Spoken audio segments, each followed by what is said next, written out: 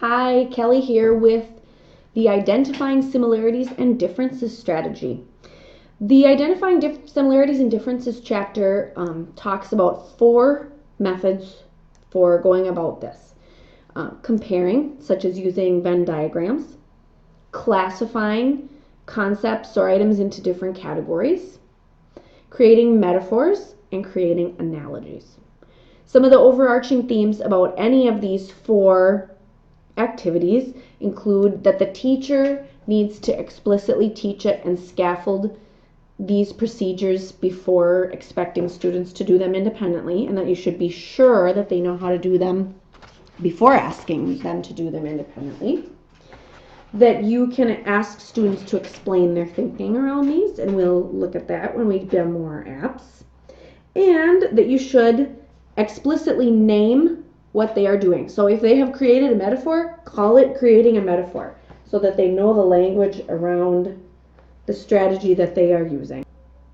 There are opportunities for identifying similarities and differences at every age level and every level of complexity. So this is an exciting one for me.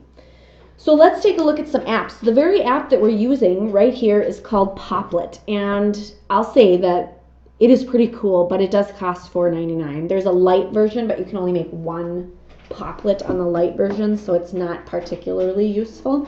But I made this Poplet, and now I'll go home and I'll show you another one that I made where I was identifying some similarities and differences. I was curious for myself, and I looked over the class about kind of who we are in the iPad Strategies Who Work class. iPad Strategies That Work.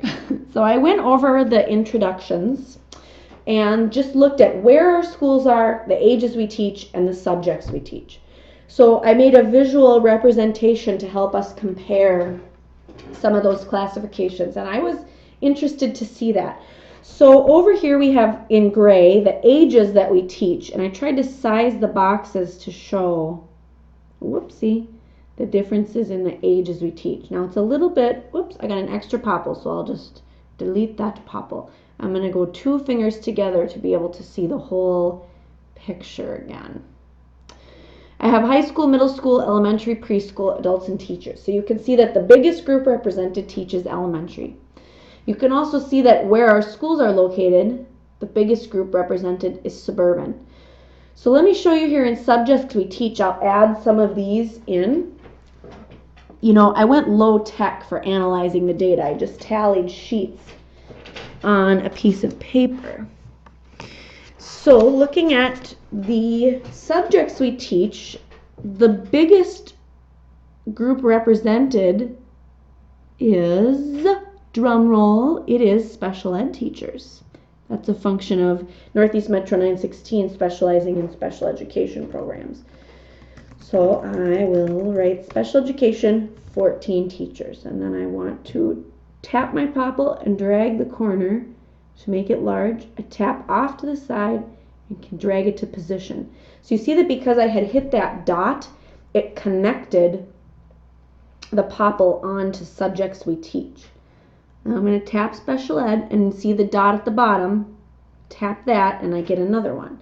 So our next biggest group was tech integration or curriculum level people. So I'll do tech integration or curriculum. And that was 12 of us.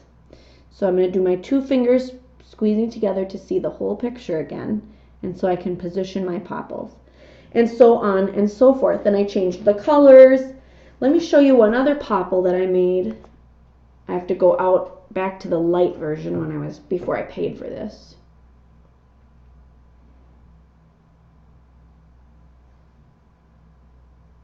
Here it is. So in this popple, I analyzed the text Ender's Game. I see I have a few extra ones here, so I'm going to delete them. I don't know how those got in there. Boom. So I have a picture of Ender's Game over there on the right, and then I have 3 characters. And I took and was able to note characteristics of these characters, who has it and who doesn't. And so all 3 of them are geniuses, but only one is bent on domination, and the other 2 are tenderhearted. So I was able to compare that way. Now the book, as we noted, really points out that you can't just expect students to do this. You have to provide them with some scaffolds. So I'd like to show you another app, Educreations, which is free. It's a screencasting app, and there are several screencasting apps that are free. Show Me, Screenshot, Educreations, and then there's a good one that's paid that's Explain Everything. So I want to get rid of this guy to show you what it looks like. Now, Educreations works with an account. You have to create a free account, and it'll save everything online. But what I wanted to do on this, I've already created my account, and I'll let you kind of figure that part out. But I'll make a new lesson. And what can work really well on Educreations is that you can insert any kind of picture. So if you, as the teacher, prepare a graphic organizer ahead of time, and then you put it on your, say, your teacher website, students can go out to the web and grab it. They might have to go first in Safari, take a screenshot of it into their photo roll and grab it. What I'm simply going to do, though, actually, let's demo that. Let's go into Safari. Whoops. Tap on Safari. I already have this graphic organizer ready to go. So on my iPad, I'm going to hold my home button and then push my power button to take a screenshot. I'm doing it right now. All right, I screenshotted that. So I'm going to home button out. Now that's living in my photo roll. So I have to go back into Educreations, tap on photo, and I get it out of my photos in my camera roll. And there's my graphic organizer. I can crop this guy. Whoops. Oh, I know I can crop it.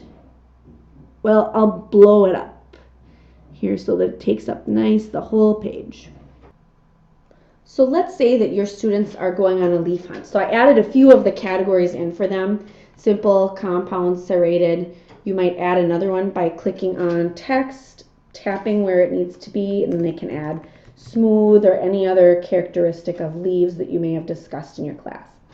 Then, for example, these students can go take the iPad outside and shoot pictures of leaves and insert them right into the category that they fit under.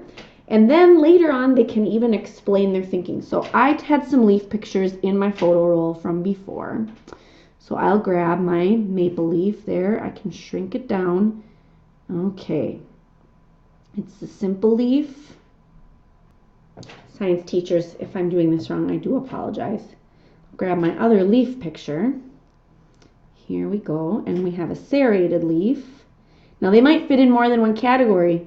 So students might notice that, and then perhaps for leaves, a Venn is better, depending on the concepts that you want to teach. But you can think of lots of opportunities to do categories in your subject area. Feel free to share those in the discussion. And what I just wanted to show you with Educreations is how the students can grab a pre-made scaffold that you've prepared and put it in. Something that strikes me for younger students that might be a lot easier than what I showed you of screenshotting and putting it in the camera roll and all that is for them simply to use the camera tool to take a picture of a pre-made empty organizer that you have as a poster on the wall. They take their picture, they bring it right into Educreations. Now the last part about Educreations that you have to know is that the kids can voice over, or you. So you use the recording tool and you can record. I picked the maple leaf because it is a simple leaf. It does not have multiple lobes that are on one stem. So it is a simple leaf. And then this one has a serrated edge, but I also could have put it in simple leaf. Okay, so we're pausing that. And we can listen back once we're done. Okay, so let's be done. We're going to save our lesson. We're going to title it Leaf Categories. Whoops. And now this part, it wants us to publish it on the web. So you'll have to decide who can view it. You wouldn't want to maybe have your students saying who they are in it. I'll just publish it as a private lesson because it's going to put it in my Educreations account, remember, that I created. So I can designate a subject area. I don't really want to do that right now. So I'm saving it. Now let's go back in and we can watch this Educreations. And you can record. I picked the maple leaf because it is a simple leaf. It does not have multiple I'll pause it right there. So that gives you an idea of some of the things you can do with Popplet and Educreations for identifying similarities and differences. I'm really excited to hear the different ways that you use this strategy in your classroom, because I think there are tons of ways, especially with the metaphors and analogies. It's not an area I have a lot of familiarity with, so I'm looking forward to learning from you. Thanks very much.